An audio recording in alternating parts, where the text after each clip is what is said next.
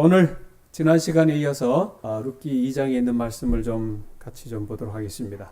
오늘 주의 날개로 보호해 주시는 하나님이라고 하는 제목으로 말씀을 좀 드리겠습니다. 지난 1장에서는 선택에 관한 이야기를 드렸어요. 그래서 엘리멜렉의 가정이 베들레헴을 떠나는 선택, 또 그들이 베들레헴으로 돌아오려고 하는 선택, 또 시어머니를 따라가려고 하는 선택의 이야기들을 지난 시간에 드렸습니다. 나오미의 며느리 오르바와 룻을 바라보면서 오르바는 돌아가라고 하니까 그가 현실을 선택했죠. 내가 이국 땅으로 돌아가는 것보다 고국에 남는 것이, 즉 모압에 남아서 사는 것이 더 현실적으로 현명하겠다 생각해서 오르바는 현실을 선택했지만, 룻은 현실은 어렵지만 그가 미래를 바라본 미래의 선택을 우선하게 되었고요. 오르바는 보이는 현실, 육의 눈을 가지고 육의 눈으로 봤지만 룻은 영의 눈을 뜨고 영의 눈으로 바라보았고, 오르바는 하나님의 품성에 대한 오해가 있었지만 그러나 룻은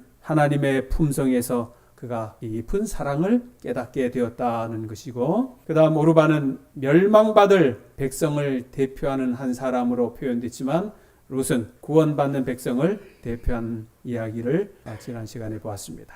그래서 지난 시간에는 선택이었습니다. 자, 우리가 지난 시간에 있는 말씀에 나오미와 룻의 이 선택에 대하여 우리는 분명히 봤습니다. 특히 이제 룻이 친정으로 돌아가지 않고 나오미를 따라서 이 결단한 그 비장한 감동 이야기는 우리에게 깊은 신앙의 면모를 보여주는 것은 분명합니다. 룻이 말한 어머니의 하나님이 나의 하나님이 된다. 어머니 가시는 곳에 내가 가고, 어머니가 머무는 곳에 나도 머물고, 어머니가 죽는 곳에 나도 죽겠다고 하는 이러한 믿음의 신앙, 이 결단, 이것이 우리의 삶에 오늘날 이 믿음의 사람들에게 큰 교훈을 주는 것이 분명합니다. 그래서 신앙은 선택이라는 것입니다. 우리가 올바른 선택을 해야 한다는 것입니다. 한 번의 잘못된 선택으로 말미암아 나락으로 떨어지게 되는 거죠. 오늘 선택을 잘한 한 사람은 끝까지 남았지만, 그죠? 이 선택을 잘못하면 이렇게 떨어지는 거예요. 뭐 그게 큰 의미는 아니지만, 자, 오늘 2장은 만남입니다. 인생은 만남의 연속이다. 맞습니까? 늘 만나요. 만나고 헤어지고 만나고 헤어지고. 이 만남에 4가지 종류가 있다고 했는데, 꽃송이와 같은 만남이다, 그런 말이 있습니다. 참 좋은 만남 같은데 이게 뭐냐면, 처음 만났을 때는 꽃처럼 향기롭고 달콤하고 환호하고 그러지만 그러나 이게 오래가지 않는다는 거예요. 조금 가면 시들어서 헤어지는, 꽃송이와 같은 만남, 오래가지 않는 만남. 처음 만남은 참 좋은데 길지 않은 만남, 그런 만남이 있는 것입니다. 주변에도 그런 만남 많이 있죠. 정말 많이 있습니다. 두 번째 만남은 지우개와 같은 만남이 있다는 것입니다. 만났는데 반갑지도 않고, 또 만났는데 그렇다고 즐겁지도 않고, 그렇다고 뭐 싫은 것도 아니고, 그냥 그 만남이 의미가 없는 거예요. 그리고는 잠깐 만나서 그냥 지우개처럼 싹 잊어버려요. 내가 그 사람 언제 만났는지 잊어버리는 거예요. 지우개 같은 만남이다. 세 번째는 건전지와 같은 만남이 있답니다. 우리에게 좋으면 당기고, 또 그렇지 아니하면 그냥 버리는 거예요. 즉 다시 말하면, 건전지가 에너지가 있을 때, 힘이 있을 때에는 지키고 하지만, 그러나 에너지가 다르면 저 건전지는 더 이상 뭐 하는 거예요? 필요 없어지는 거예요. 그래서 버려지는 것입니다. 비천한 인생이에요. 내게 도움이 될 때에는 나 옆에 두고 있지만 나에게 도움이 안 되면 가차없이 버려지는 저 건전지와 같은 만남, 우리 주변에 정말 많이 있죠. 네 번째는 손수건과 같은 만남이 있답니다. 상대가 슬플 때 눈물을 닦아주고, 그의 기쁨이 나의 기쁨이 되어주고, 그리고 그를 축하해주고, 힘들 때는 땀도 닦아주는 그런 아름다운 만남이 있다는 것입니다. 우리는 이런 손수건과 같은 만남을 가져야 되는 것이죠. 여러분들의 주변에도 그런 사람들을 많이 두시게 되길 바랍니다. 자, 오늘 룻기 2장에 있는 말씀에 보니까 룻이 이 보아스라고 하는 한 남자를 만나게 되죠. 자, 룻기 2장 3절에 있는 말씀에 같이 읽어보겠습니다. 룻이, 시작. 룻이 가서 베이는 자를 따라 밭에서 이삭을 줍는데,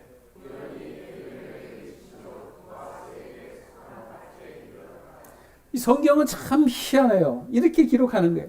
룻이 한 사람을 만났는데 누구를 만났다고요? 보아스를 만났는데 어떻게 만났다고요?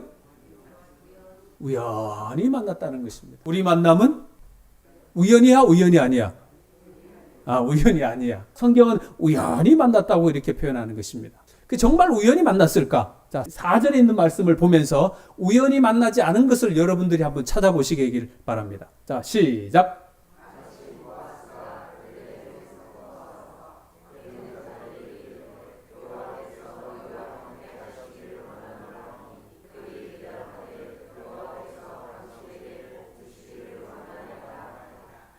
다 읽었어요? 네. 자, 4절에서 룻이 보아스를 만난 것이 우연이 아니라고 하는 결정적인 증거가 무슨 말씀입니까?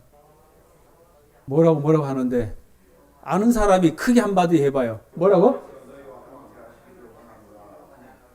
요게 결정적인 증거다. 복 주시기를 원한다. 이게 뭐가 우연이 아닌가? 결정적인 증거는 이겁니다. 처음에 나오는 마침입니다.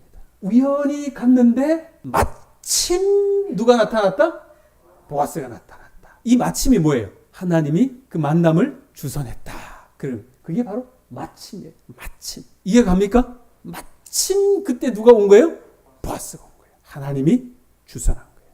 결코 이 룻이 보아스를 만나게 된 것은 우연이 아니라고 하는 사실을 오늘 성경을 통해서 우리에게 알려주는 것입니다.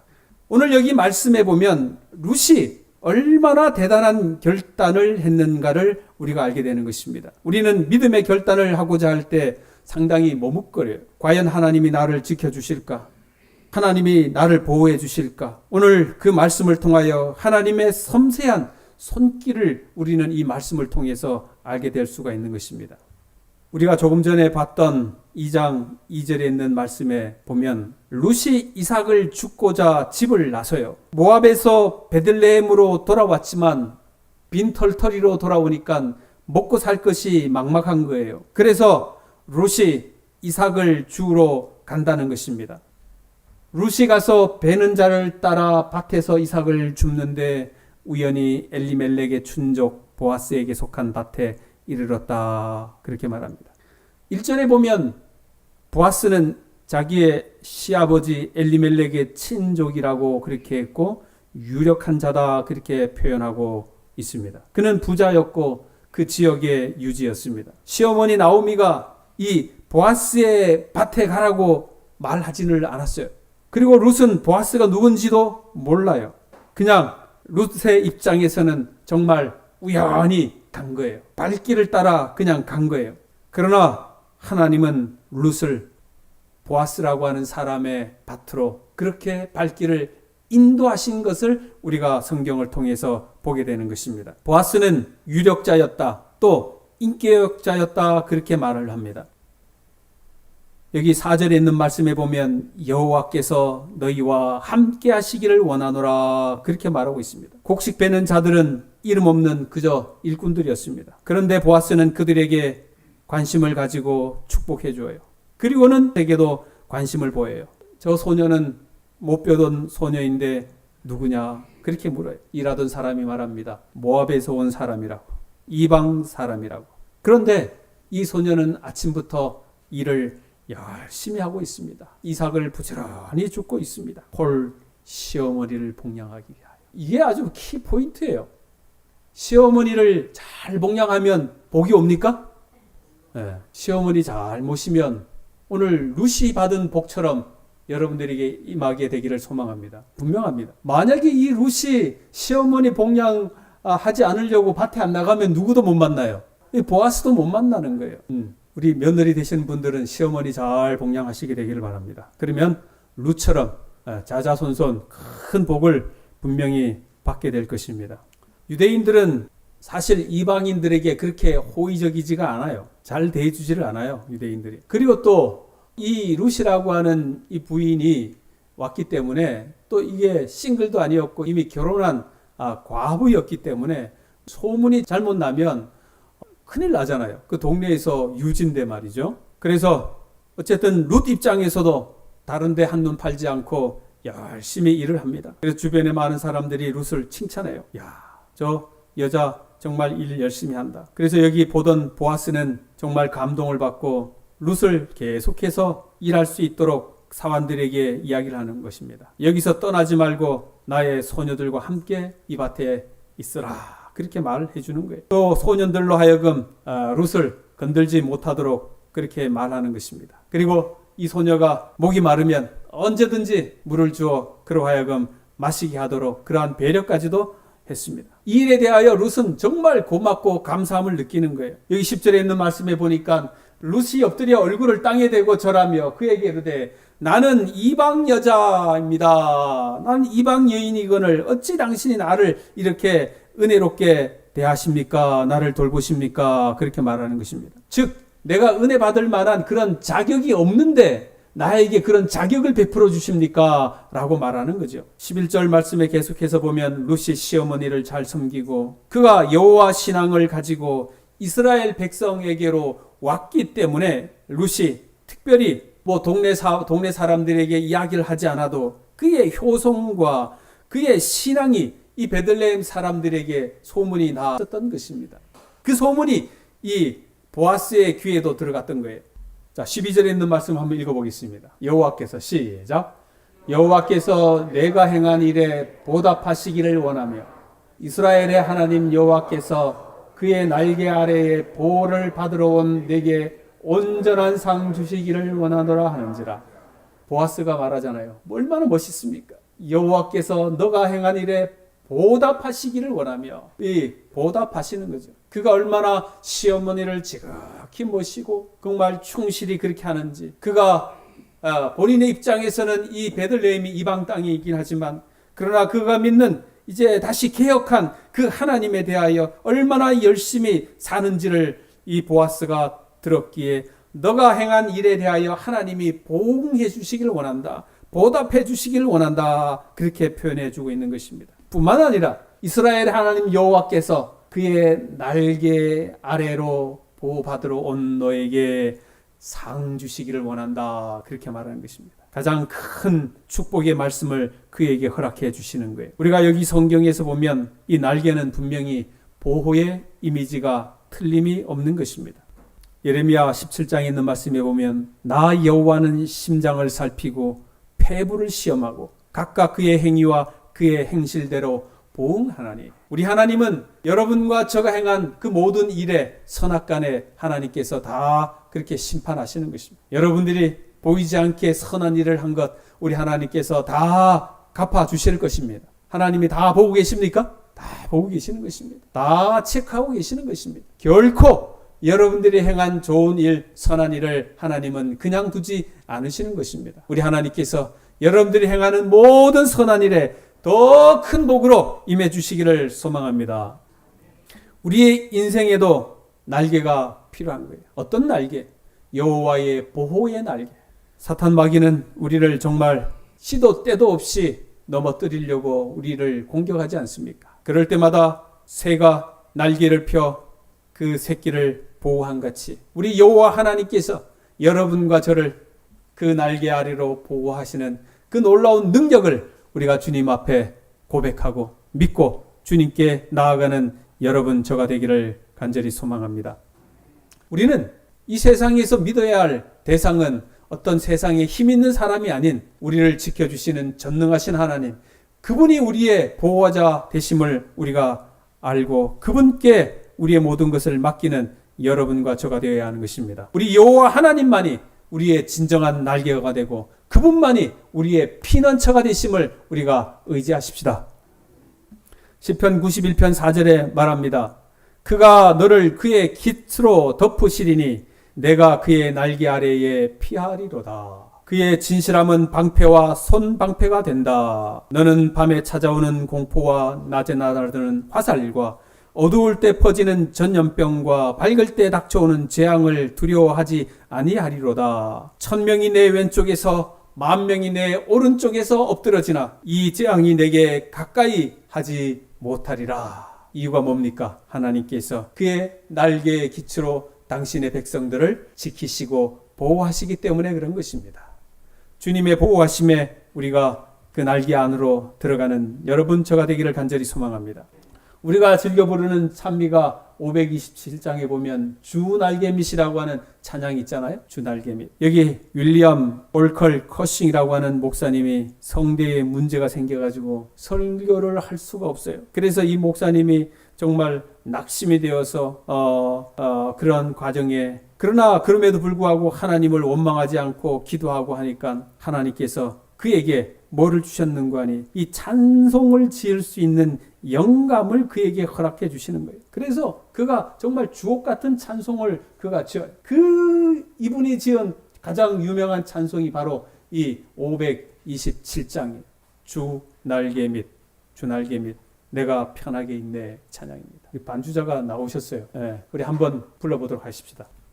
오늘 우리 모두가 주님의 그 날개 아래 거하시게 되기를 간절히 소망합니다. 여기 주의 날개가 우리 신약에 나오는 예수 그리스도의 십자가라고 우리는 이해하면 되는 것입니다. 우리의 인생이 아무리 힘들고 어려워도 우리 주님의 십자가 밑에 나아가면 주님은 우리를 있는 모습 그대로 우리를 보호해 주신다고 하는 그 말씀의 언약의 말씀인 거예요. 여기 수고하고 무거운 짐진 자들아 다 내게로 와 내가 너희를 뭐 하리라? 쉬게 하리라. 바로 주님이 그런 분이셔요. 13절에 있는 말씀을 같이 한번 읽어봅시다. 루시 이르되 시작. 루시 이르되 내 주여 내가 당신께 은혜 있기를 원하나이다. 나는 당신의 하녀 중에 하나와도 같이 못하오나 당신이 이 하녀를 위로하시고 마음을 기쁘게 하시는 말씀을 하셨나이다. 룻은 자기가 자격이 없는 자인 것을 스스로 알고 있는 거예요. 나는 이방 여자이고 나는 이미 한번 결혼한 사람이고 나는 당신에게 은혜를 입을 만한 하나의 가치도 없는 사람인데 어찌 나 같은 사람에게 이렇게 은혜를 베푸십니까? 그렇게 말하는 것입니다. 그러나 룻은 그럼에도 불구하고 나는 당신에게 은혜를 받기를 원합니다 라고 하는 마음의 표현을 하는 것입니다. 우리가 주님께 은혜 받을 자격이 있어서 받는 게 결코 아니죠. 오늘 여러분과 제가 어떤 누구도 은혜 받을 자격이 있어가지고 받는 분 계십니까? 에베소서는 말합니다. 우리는 과거에 허물과 죄로 죽은 자였다 그렇게 말하고 있습니다. 육체의 욕심을 따라 행하던 본질상 우리는 진노의 자녀였다는 것입니다. 그리스도 밖에 있었고 이스라엘 나라의 밖에 사람이었다는 것입니다. 룻이 모압 사람이었던 것처럼 우리도 모압 사람과 같은 사람이 이방 사람 아닙니까? 우리도 동일한 거예요. 언약의 약속들에 대하여 우리는 외인이고 세상에서 소망이 없고 하나님도 없는 자였다는 것입니다. 그런데 전에 멀리 있던 우리가 그리스도 예수 안에서 그리스도의 피로 가까워지게 하셨으니 감사합니까? 감사한 것입니다. 예수님으로 말미암아 이제는 외인도 아니고 나그네도 아니고 오직 성도들과 동일한 시민이요 하나님이 권속이 되었다고 하는 것에 대하여 감사합니까? 감사한 일인 것입니다. 여기 14절의 말씀을 이렇게 합니다. 식사할 때 보아스가 룻에게 이르되 이리로 와서 떡을 먹으며 내 떡 조각을 초에 찍으라 하므로 룻이 곡식 베는 자 곁에 앉으니 그가 볶은 곡식을 주매 룻이 배불리 먹고 남았더라. 이 보아스가 룻을 어디에 초청해줘요? 식사 자리에 초청해 주는 것입니다. 그러면서 귀한 볶은 곡식까지도 주어가지고 룻으로 하여금 배불리 먹도록 그렇게 하는 것입니다. 그리고 또 소년들에게 말해요. 이 소녀가 이제 이삭을 주울 때 앞에서 일부러 흘리면서 가라. 그렇게 하는 것입니다. 예수님 당시에 이방 여인이었던 여인이 예수님께 그런 말을 하지 않습니까? 예수님께서 말씀하시기를 자녀의 떡을 개들에게 던짐이 마땅치 않다. 그러나 여자가 주여 옳습니다마는 개들도 주인의 상에서 떨어지는 부스러기를 먹지 않습니까? 그러니까 예수님이 넌 믿음이 있다 그렇게 말씀합니다. 보기에는 개 취급 당한 것처럼 보일 수 있을지언정 그러나 그의 믿음을 보시기를 하나님이 원하셨던 거죠. 그러한 사람임에도 불구하고 하나님은 그를 이 식사 자리에 초대하셔가지고 그에게 배불리 먹도록 은총을 베풀어 주신 것은 하나님의 크신 은혜라는 것입니다. 자, 여기 20절에 있는 말씀을 같이 한번 읽어보겠습니다. 나오미가 시작. 나오미가 자기 며느리에게 이르되 그가 여호와로부터 복 받기를 원하노라. 그가 살아있는 자와 죽은 자에게 은혜 베풀기를 그치지 아니하리로다 하고 나오미가 또 그에게 이르되 그 사람은 우리와 가까우니 우리 기업을 물을 자 중에 하나이니라. 나오미는 뭔가를 깨닫게 됩니다. 하나님이 우리를 버리지 않으셨음을 인지하고 룻에게 설명해 주고 있는 것입니다. 나오미가 모압에서 돌아올 때 말이죠. 땅도 없고 자손도 없이 그냥 죽을 수밖에 없었던 그러한 사람이었는데, 영원한 기업도 없어지고 가문의 대도 끊어질 그러한 위기였는데, 아주 파산된 상태였는 그러한 나오미에게 하나님께서 보아스라고 하는 새로운 대를 이어가는, 기업을 이어갈 수 있는, 회생할 수 있는 길을 하나님께서 그에게 허락해 주셨어요. 그래서 그것을 여기 구약에서는 뭐라고요? 고엘이라고 하는 제도로 말씀해 주시는 것입니다. 그 사람은 우리와 가까우니 우리의 기업을 물을 자 중에 하나이다. 기업을 물러줄 사람. 그래서 루스로 하여금 너는 계속해서 보아스의 밭에 가서 일을 하도록 그렇게 말을 해주는 것입니다. 우리가 알고 있는 이 고엘의 의미는 첫 번째, 가난한 가족의 땅을 도로 사주어야 하는 거예요. 우리의 친척 중에 누군가가 어려운 가운데 있다고 하면 이 고엘 제도, 그에게 가난한 땅을 사주는 것. 두 번째, 부당한 피해를 당한 가족을 위해 복수를 책임져야 하는 것. 세 번째, 그 친족의 미망인과 결혼하여 대를 이어주는 것. 네 번째, 그 친족의 죗값을 대신 받기까지 한 것. 이것이 하나님께서 이스라엘 백성들로 하여금 그 고엘이라고 하는 제도를 통해서 그 대가 끊이지 아니하고 계속 이어가도록 하나님께서 역사해 주신 거예요. 얼마나 고맙고 감사한 일입니까? 예수님은 바로 그러한 고엘이라고 하는 제도를 통해서 우리로 하여금 살게 하신 거예요. 책임져 주시는 거예요. 이 책임의 제도인 것입니다. 오늘날 많은 사람들이 책임을 지기 싫어하지 않습니까? 회피하지 않습니까? 우리의 배우자도 서로 책임을 안 지려고 해요. 우리의 자녀들도 서로 책임을 안 지려고 해요. 그래서 사람들이 책임 안 지기 싫으니까 결혼도 안 하려고 그러고 자녀도 안 낳으려고 하는 거 아니에요. 책임지기 싫으니까. 그러나 예수 그리스도만큼은 그 모든 책임을, 우리의 문제를 다 책임지시겠다고 그렇게 말씀하시는 것입니다. 여러분과 저가 지은 죄까지도 우리 예수님은 책임지시겠다 하시는 것입니다. 이 세상은 전부 다 나 몰라라고 하는 그 세상인데, 우리 주님만큼은 나의 모든 죄가와 나의 모든 무거운 짐을 다 져주시겠다 그렇게 말씀하시는 것입니다. 아멘입니까? 바로 그분이 우리의 주님이시기에 감사한 일이에요. 그래서 어떤 어려움과 힘듦이 있다고 할지라도 그분이 우리의 모든 것들을 져주시기에 우리는 그분 앞에 담대히 나갈 수가 있는 것입니다. 또 그렇게 담대히 나가시게 되기를 바랍니다. 우리 하나님은 다 져주시는 것입니다. 예수님은 죄 때문에 잃어버린 우리의 기업을 회복시켜 주시고 대신 죄값을 지불해 주신 거예요. 그리고 자신의 재물을 대속 재물로 내오신 거예요. 그리고 우리의 기업에 물을 자가 되어 주셔서 우리의 상속자가 되어 주시고 우리를 다 회복시켜 주시는 것입니다. 얼마나 고맙고 감사한 일입니까? 그 예수님이 우리의 하나님임을 우리는 감사한 것입니다. 오늘 말씀에서 아주 극적인 반전이 일어나는 것은 바로 무엇 때문인가? 이 보아스라고 하는 사람을 만났기 때문이라는 것입니다. 인생에 사람 한 사람 잘 만나면 그가 피지 않습니까? 이것도 누구를 잘 만난 거예요? 이 보아스를, 한 남자를 잘 만난 것입니다. 그가 한 남자를 잘 만남으로 말미암아 그의 인생이 핀 것처럼 여러분들도 이 룻이 만난 그런 보아스와 같은 남자를 꼭 만나시게 되기를 바랍니다. 그 보아스는 바로 신약에 나타난 예수 그리스도. 구약에는 보아스지만 신약에서는 그 보아스가 누구라고요? 예수 그리스도. 그분을 만나시게 되는 것입니다. 우리의 텅 빈 인생, 실패한 인생, 망가진 인생이 바로 회복된 인생, 충만한 인생, 복된 인생으로 바꾸게 된 것은 바로 룻이 보아스를 만남으로 말미암아 시작되었다고 하는 사실인 것입니다. 우리 사랑하는 성도 여러분들이시여, 여러분들에게 다가오시는 바로 예수 그리스도 보아스와 같은 그분을 만나시고 그분 안에서 여러분들 행복과 또 여러분들의 망가진 인생이 회복되어지고 충만한 인생이 되어지기를 간절히 소망합니다.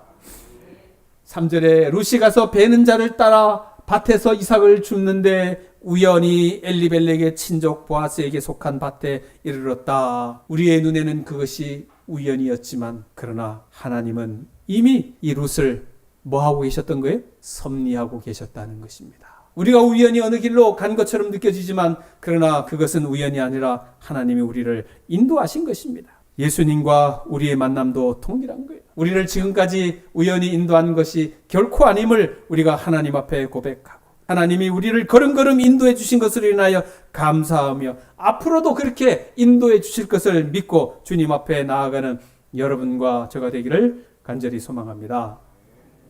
여기 카를로스 로아, 이 사람 참 유명한 사람이잖아요. 1998년 프랑스 월드컵 승부차기에서 2골을 막아내 승리를 지킨 사람. 예선 3경기 9개의 슛을 막아서 본선 3경기에 연속 무실점을 이뤄냈고, 그래서 아르헨티나는 3전 3승으로 16강 진출, 골키퍼 선방 8강을 진출하고, 그래서 맨체스터 퍼거슨 감독이 스카우트 제의를 했어요. 이적료 400만 파운드, 그 절반인 36억 원을 주겠다고 했는데, 이 골키퍼는 저는 예배 드린 날은 빠질 수가 없습니다. 저는 재림교회 신자입니다. 그의 종교적 신념, 그는 안식일을 지켜야 한다, 그렇게 이야기를 했습니다. 그리고는 그가 말한 것은 저는 36억의 돈보다 신앙을 선택한 믿음의 사람이라고 하는 칭송을 그가 받게 된 거예요. 대단하지 않습니까? 돈과 명예를 선택하는 것이 아닌 하나님을 선택하는 사람, 바로 그런 사람을 우리 하나님은 오늘도 여전히 찾고 계심을 우리가 기억해야 하는 것입니다. 12절에 있는 말씀에 여호와께서 내가 행한 일에 보답하시기를 원하며 이스라엘의 하나님 여호와께서 그의 날개 아래로 보호를 받으러 온 너에게 그랬습니다. 그의 날개 아래. 제가 얼마 전에 말씀을 드린 거죠. 그 날개라고 하는 것은 히브리어로 뭐라고요? 카나프. 스카프가 아니고 뭐라고? 기억나죠? 카나프. 이 카나프라고 하는 똑같은 단어를 쓴 말씀이 어디에 나와 있느냐? 시편 36편 7절에 하나님이여 주의 인자하심이 어찌 그리 보배로우신지요 사람들이 주의 날개 그늘 아래 피하리로다 그랬어요. 날개, 이게 똑같은 카나프. 그런데 이 말씀이 말라기 4장 1절에도 내 이름을 경외하는 너희에게는 공의로운 해가 떠올라서 치료하는 광선을 비추리니 그랬습니다. 여기에 치료하는 광선이 이 날개 카나프와 동일한 거예요. 날개가 뭐라고요? 카나프고, 그 날개가 여기에서는 어떻게 쓰여진다고? 치료하는 광선으로. 우리가 주의 날개 아래 들어간다고 하는 것은 하나님께서 우리를 치료하시는 치료의 광선을 발하시는 것과 동일한 의미가 여기에 있다고 하는 것을 우리가 기억해야 하는 것입니다. 그래서 룻을 그의 날개로 보호하신다고 하는 것은 그 지금 연약해진 룻을 다 회복하신다는 거예요. 다 치료하신다는 거예요. 잃어버린 재물과 잃어버린 명예와 잃어버린 땅과 잃어버린 남편과 그 모든 것을 우리 하나님이 다 뭐 하시겠다고요? 치료하시겠다고 하는 것입니다. 아멘입니까? 바로 그 말씀이에요. 우리도 룻처럼 보잘것없는 그런 사람임에 분명합니다. 그런 우리가 앞으로 세상에서 해결할 수 있는 유일한 실마리가 있는데, 그것은 오직 한 사람을 만나는 길 외에는 다른 길이 없어요. 누구를 만나야 한다고요? 보아스, 신약의 예수 그리스도. 그분을 만나야만이 그분께서 우리를 그의 날개로 덮어주셔서 우리를 회복시켜 주시는 놀라운 능력을 여러분과 저에게 해주시는 것입니다. 우리 하루하루의 삶의 의미가 없을 수 있사오나, 그러나 하나님께서는 당신의 날개 아래로 당신들을 보호하시고 감싸주셔서 우리를 회복하여 주시는 사실을 우리가 믿어야 되는 것입니다. 바로 그 날이 언제냐면 이 안식. 오늘 그 날개 아래로 들어가는 날이 바로 언제라고요? 오늘 이 안식일인 것입니다. 주님을 만나는 날이에요. 그날 날개 아래로 들어가면 하나님께서 여러분과 저를 보호해 주시는 것입니다. 하나님의 크신 은혜가 오늘 여기 오신 모든 분들에게, 또 병중에 있는 모든 분들에게 그의 날개로 보호하셔서 치료하는 날개, 회복시켜주는 날개, 또 은총을 베풀어 주시는 그 날개로 들어가셔서 하나님의 큰 소망의 힘과 용기를 얻고 힘을 얻는 여러분과 저가 되기를 간절히 바라며 말씀을 줄이도록 하겠습니다. 하나님 아버지, 룻이 믿음으로 시어머니를 따라가서 그렇게 복양하며 하다가 정말 보아스를 만난, 어쩌면 우연히 만난 것처럼 보일는지는 모르지만 하나님의 섭리하에 그를 만남으로 그의 인생이 예수 그리스도의 조상이 되었던 놀라운 역사를 우리로 하여금 알게 하여 주셨사오니 하나님 감사합니다. 저희들도 우리의 믿음의 생활에 있어서 예수님 같은, 보아스와 같은 그런 만남을 가지고 살아갈 수 있도록 하나님 도와주시옵소서. 우리의 당하는 여러 가지 어려움과 환난과 시험들이 있을지라도 우리 주 예수 그리스도로 말미암아 모든 것이 해결될 수 있음을 저희들에게 알려주셨사오니 주님으로 더불어 우리가 인생의 삶의 해결함을 받아 살아갈 수 있도록 하나님 도와주시옵소서. 특별히 병중에 있는 주의 딸을 하나님 사랑해 주시옵소서. 김정숙 성도를 하나님 사랑해 주시고 그가 믿음으로 승리할 수 있도록 하나님 도와주시옵소서. 치료하는 광선을 그에게 바라시어 회복시켜 주시옵소서. 또 특별히 김소리 청년에게도 하나님 함께해 주시고 그에게도 하나님 치료의 능력을 더해 주시옵소서. 이제는 하나님의 크신 사랑과 우리 주 예수 그리스도의 무한하신 은혜와 성령님의 돌보아 주심이 오늘 말씀을 듣고 순종하기로 결심한 우리 모두에게 영원히 함께하여 주시기를 간절히 축원하옵나이다. 아멘.